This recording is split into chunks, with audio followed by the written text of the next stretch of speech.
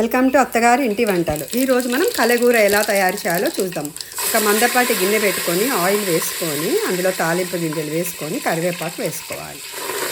మెంతి కూర ఏరుకోవాలి. పెద్ద మెంతి కూర వేసుకోవాలండి. చిన్న మెంతి కూర వేస్తే కొద్దిగా కూర చేదు వస్తుంది, అందుకే పెద్ద మెంతి కూర.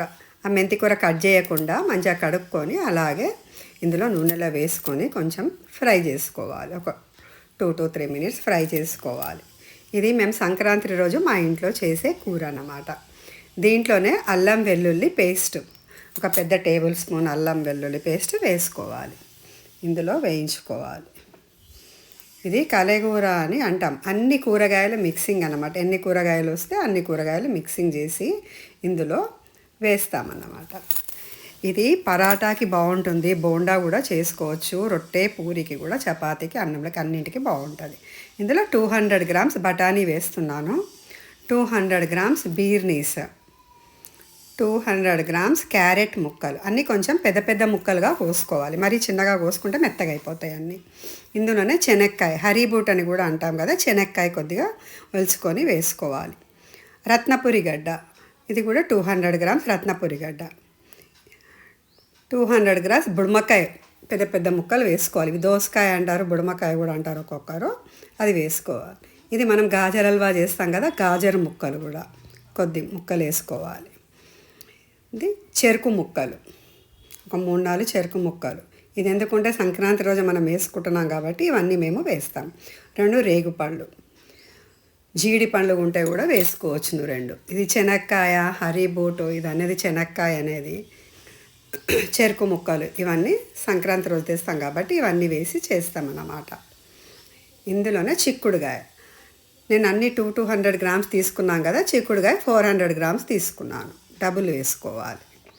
చిక్కుడుగాయతోనే కర్రీ అంతా టేస్ట్గా వస్తుంది. సంక్రాంతి రోజు చిక్కుడుగాయనే ఎక్కువ వాడతారు అందరు, చాలామంది. ఇందులో కలగూరలో కూడా చిక్కుడుగాయ అనేది కొంచెం ఎక్కువ వేసుకోవాలి, ఎక్కువ వేసుకుంటేనే బాగుంటుంది. ఇందులో ఆలుగడ్డ కొంచెం పెద్ద పెద్ద ముక్కలుగా కోసుకొని వేసుకోవాలి. ఆలుగడ్డ, ఇది నేను 3 ఆలుగడ్డ వేసానండి. 400 grams చిక్కుడుగాయ వేసాను, 3/4 అంటే 3/4 kg 3/4 ఆలుగడ్డ ముక్కలు పెద్ద పెద్దగా కట్ చేసి వేసుకోవాలి. ఇవన్నీ మంచిగా కలుపుకోవాలి. ఇవన్నీ కూరలు మిక్సింగ్ అన్నమాట. అంతా కలుపుకున్న తర్వాత ఇందులో కొంచెము మనం వంకాయలు, ఒక 1/4 kilo వంకాయలు వేసాను నేను. ఇందులో పెద్ద పెద్ద ముక్కలు కట్ చేసి వేసుకోవాలి. కొద్దిగా పసుపు, పచ్చికారం, నేను ఇది ఉప్పు లేకుండానే గ్రైండ్ చేశాను. పచ్చికారం కొంచెం ఇట్లా మరీ మెత్తగా ఉండకుండా కొంచెం రఫ్గా ఉండాలి. తగినంత ఉప్పు వేసుకోవాలి. పచ్చికారం మంచిగా మీరు తినేంత కారం వేసుకోవచ్చు. కారం వేసుకుంటేనే బాగుంటుంది ఎక్కువ. మరి ఇందులో కారం పొడి, రెడ్ మిర్చి పౌడర్ వేయకూడదు, బాగుండదు అసలే.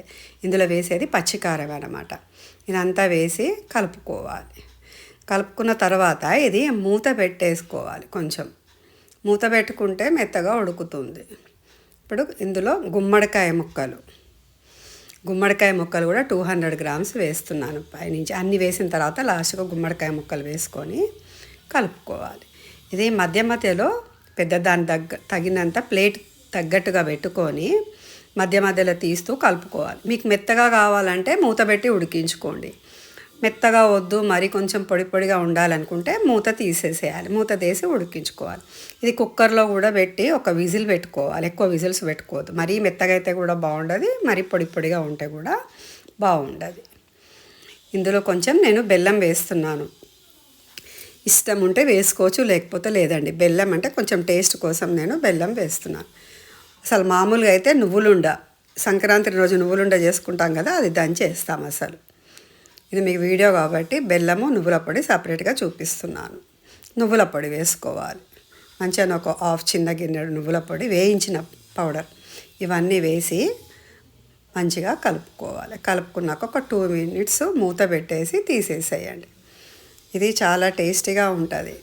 అందరూ ట్రై చేసి చూడండి. మామూలుగా కూడా సంక్రాంతి రోజనే కాదు, మా ఇంట్లో సంక్రాంతి రోజు చేస్తాం. ఇది వట్టికి కూడా చేసుకోవచ్చు ఎప్పుడన్నా మనం, అన్నింటికి బాగుంటుంది. ట్రై చేసి చూడండి. Thank you.